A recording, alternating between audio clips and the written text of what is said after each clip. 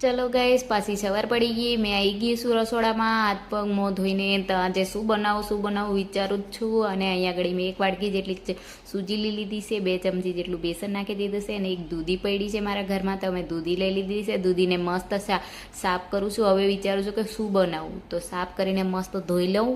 પછી હવે વિચારું છું કે એને છીણી નાખું. તો હવે મેં અહીંયા સીણમાં બેસી ગઈ છે.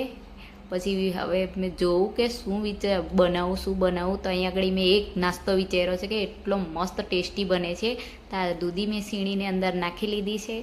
હવે એને આપણે મસ્ત મિક્સ કરી લેવાનું છે, બેટર બનાવી દેવાનું છે એકદમ હાંડવાની જેમ.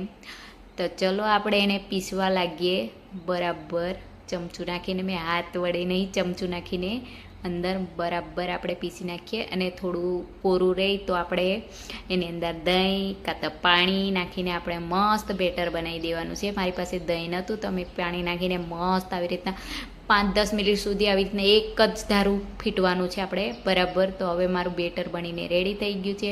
હવે આપણે નાખીશું અંદર સ્વાદ અનુસાર મીઠું.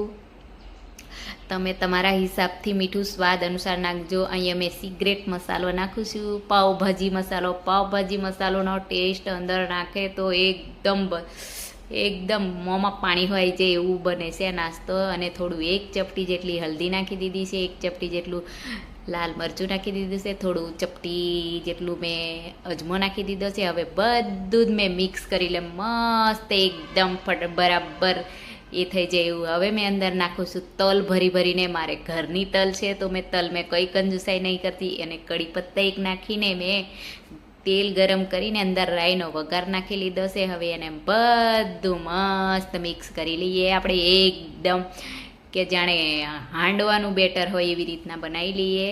પછી મેં એક બાજુ તવો ગરમ કરવા મૂકી દીધો છે. એમાં મેં ભરીને તલ નાખેલી છે. તલ ગરમ થઈ ગઈ છે. હવે આપણે જે બેટર બનાવ્યું છે એને આપણે ગમે તેવો આપણને શેપ ગમે એવી રીતના આપણે શેપમાં આપી દેવાનું છે. મેં વિચારું છું કે ચોરસ શેપ બને તો બહુ સારું થાય, એટલા માટે મેં ચોરસ જેવો શેપ કરવાનું ટ્રાય કરું છું. પણ અહીંયા મને લાગે છે કે મારો શેપ તો ગોળ બની ગયો છે. હવે આની અંદર આપણે નાખીશું એક ચીઝ નાખીશું, એટલે છોકરાનો મનપસંદ નાસ્તો બન્યો ને તો મને કહેજો. જો અહીંયા આગળ મેં હવે એક ચીઝ નાખી દઉં. પછી ચીઝ નાખીને ઉપર થોડું બેટર નાખી દઉં, એટલે જેવો નાસ્તો બને એવો એકદમ પિઝા જેવો લાગે, ટેસ્ટી ને મસ્ત. તમે બનાવવાની ટ્રાય કરી જોજો ગાઈસ.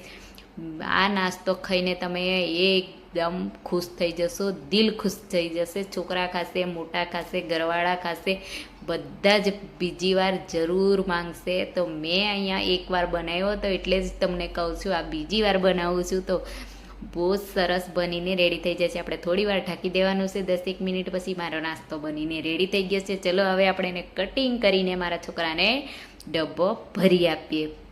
તો અહીંયા આગળ મેં કટિંગ કરી લીધું છે. જો કટ એકદમ ઢીલો પૂચો મસ્ત, ની ઈનો નાખ્યો નહીં, સોડો નાખ્યો, તેવો એકદમ પૂચો ને એકદમ મસ્ત દૂધી નાખી છે. તો સરસ પૂચો નાસ્તો બનીને રેડી થઈ ગયો છે. જો બહુ જ મસ્ત એકદમ ટેસ્ટી.